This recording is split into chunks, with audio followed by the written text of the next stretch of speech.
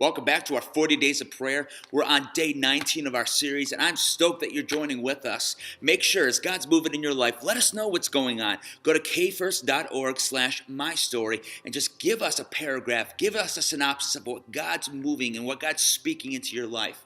Look here, we're in Psalm chapter 119, verse 145 through 152. And as I'm kind of reading and doing some reflection, my eyes keep going back to verse 147 because it's something that a lot of people don't like to do. It says the three words, I rise early. How early? He says, before the sun is up. Now, right here, before we move any further, I want just to understand that the psalmist is not telling us we have to do everything in the morning.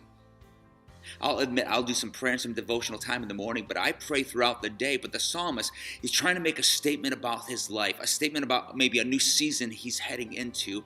Maybe it's a new journey, a new adventure. He's saying from the get-go, I'm going to start off in the right way. How does he start off? He says, I cry out for help and I put my hope in your words.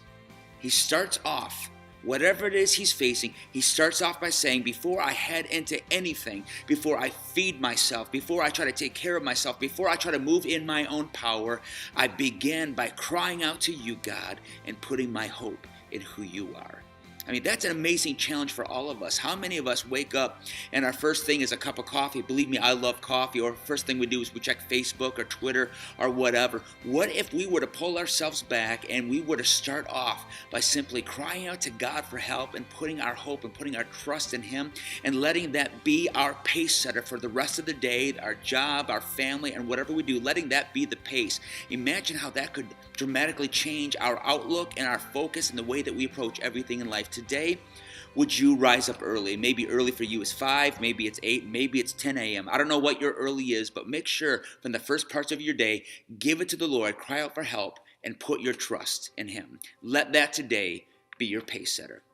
That's all I've got to say. I'm pumped about this day. We'll see you tomorrow as we reach the midway point of our 40 days of prayer.